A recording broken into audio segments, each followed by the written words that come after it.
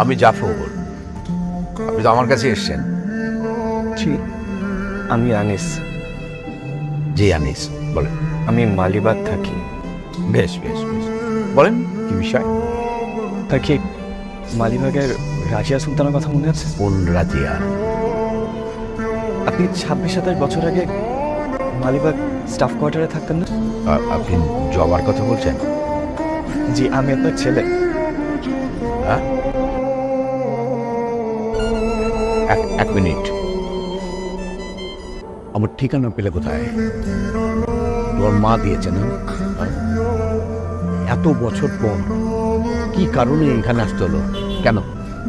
আমি আপনার ছেলে, আপনি আমার বাবা। আমি আমার বাবাকে খুঁজতে আসছি। এখানে উদ্দেশ্য কি থাকতে পারে? উদ্দেশ্য তো অবশ্যই আছে। মানে কি?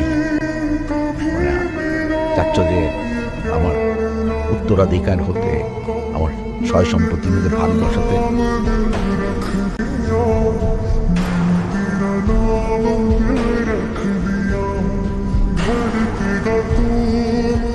আমি কে? ওকে জারজ সন্তান?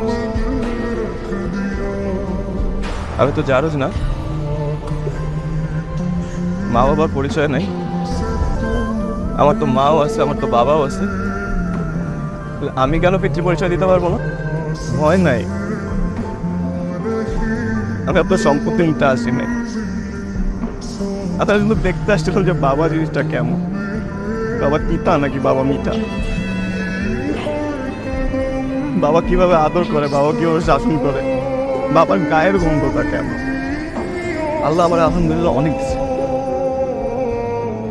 আমি আপনাদের 10 বার হজ করাই পারবো, সারা জীবন দেখে শুনে রাখতে পারবো। আমি এখানে কেন আসলাম জানেন? সামনে আমার বিয়ে। আমি ভাবছিলাম যে বিয়ের দিন অ্যাটলিস্ট বাবা আমার সাথে 10টা মিনিট থাকে। আমি 27টা বছর যে বাবাটাকে খুঁজছি, সে না। ভালো থাকবেন।